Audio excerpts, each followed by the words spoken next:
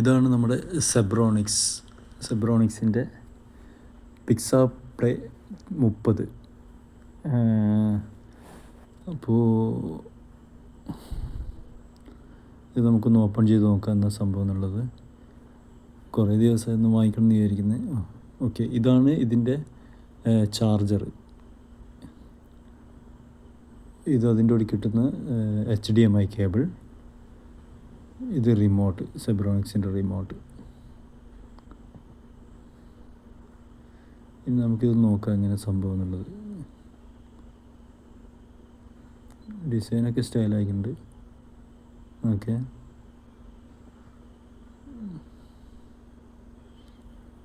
ഇങ്ങനെയാണ് തുറക്കുന്നത്. കുറച്ചൊന്ന് പ്രസ് ചെയ്ത് കുറച്ചൊന്ന് വലിച്ചാൽ അതിങ്ങ് പോരും. ഓക്കെ, ഇതിനൊരു ഓക്സ് ഉണ്ട്, USB ഉണ്ട്, HDMI ഉണ്ട്.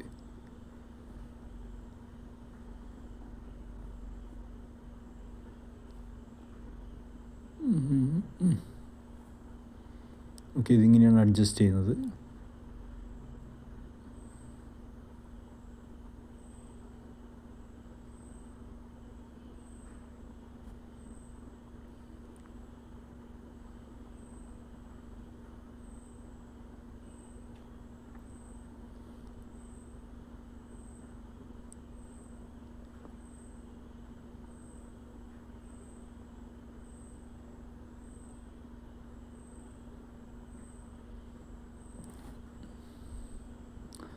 ഇനി നമുക്കൊന്ന് കണക്ട് ചെയ്ത് നോക്കാം അല്ലേ. ഓക്കെ, ഇതാണ് കേബിള്, പവർ കേബിളിൽ ഇതിലേക്ക് കണക്ട് ചെയ്യാം. കുറച്ചൊന്ന് പ്രസ് ചെയ്യേണ്ടി വരും, അപ്പോഴാണ് കറക്റ്റായി നിൽക്കുക. ഓക്കെ,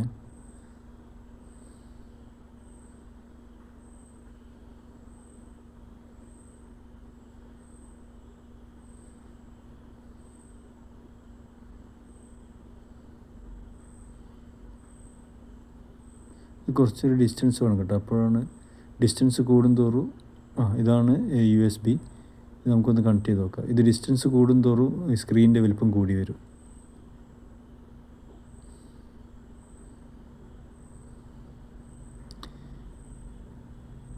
ഇതിൽ USB കണക്ട് ചെയ്യുക, HDMI കണക്ട് ചെയ്യുക, പിന്നെ മിററിങ് ഉണ്ട്, ഫോൺ മിററിങ്. ഇതാണ് ഞാൻ സ്ക്രീനായി വെക്കാൻ നോക്കുന്നത്. TV ഉണ്ടോ, അതിൻ്റെ ബാക്കിലാണ്, ചുമരാണ് സ്ക്രീനാക്കി വെക്കുന്നത്. ഇത് 32 ഇഞ്ചിൻ്റെ TV ആണ്.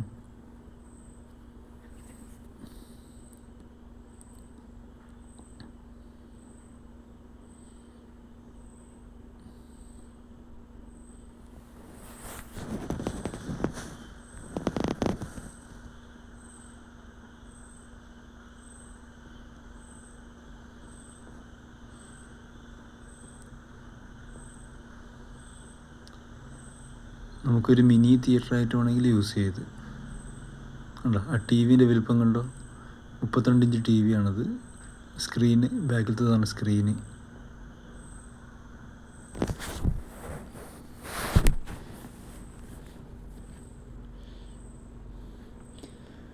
ഇത് കിട്ടിയിട്ട് കുറച്ച് ദിവസമായി, അപ്പോൾ ഞാൻ സെറ്റപ്പെല്ലാം ഒന്ന് റെഡിയാക്കി വെച്ചിട്ടുണ്ടായിരുന്നു. അപ്പോൾ നിങ്ങൾക്ക് വേണ്ടി ഒന്ന് കാണിക്കാൻ വിചാരിച്ചതാണിത്.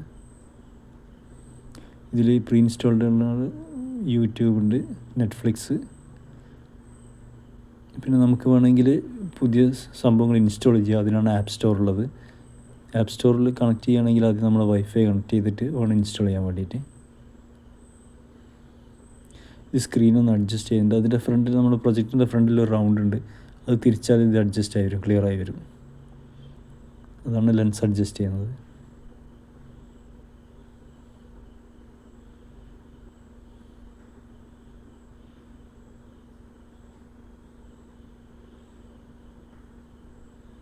ആ സ്ക്രീനിൻ്റെ വലിപ്പം കണ്ടോ, നല്ല സൈസുള്ള സ്ക്രീനാണ്.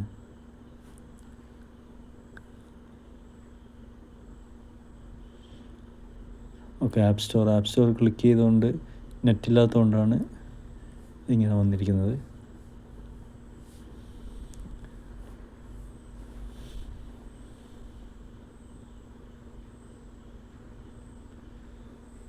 സെറ്റിങ്സ് അമർത്തിയാൽ സെറ്റിങ്സിൽ ഈ റിമോട്ടിലെ സെറ്റിങ്സിൽ അമർത്തിയാൽ വൈഫൈ ഉണ്ട്, ബ്ലൂടൂത്ത്, HDMI, പിന്നെ ഗൂഗിൾ ആക്റ്റ്.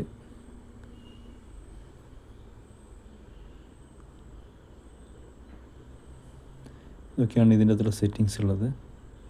പിന്നെ ടൈം സെറ്റ് ചെയ്യണം, അതൊക്കെ ഞാൻ സെറ്റ് ചെയ്ത് വെച്ചിട്ടുണ്ടായിരുന്നു മുമ്പേ.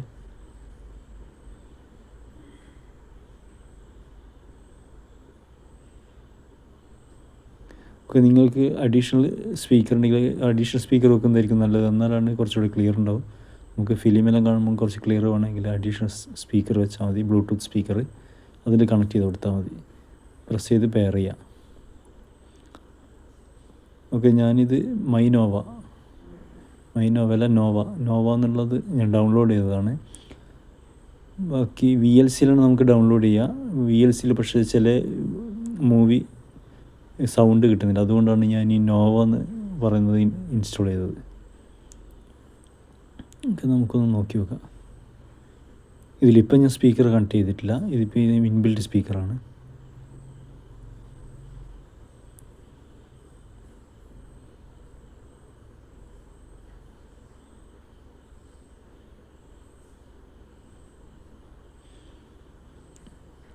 ഇപ്പം ഞാൻ എൻ്റെ കൈ വെച്ചാണ് ഈ വലിപ്പം ഉണ്ടാവും സ്ക്രീനിന്. ഏകദേശം ഒരു 1.5 മീറ്ററിൻ്റെ അടുത്ത്. ഇപ്പോൾ അടുത്ത് വെച്ചുകൊണ്ടാണ് 1.5 മീറ്റർ. ഇപ്പോൾ കുറച്ചുകൂടെ പ്രൊജക്റ്റ് കുറച്ചുകൂടെ ബാക്കോട്ട് വെക്കുകയാണെങ്കിൽ കുറച്ചുകൂടെ വലിയ സ്ക്രീൻ കിട്ടും.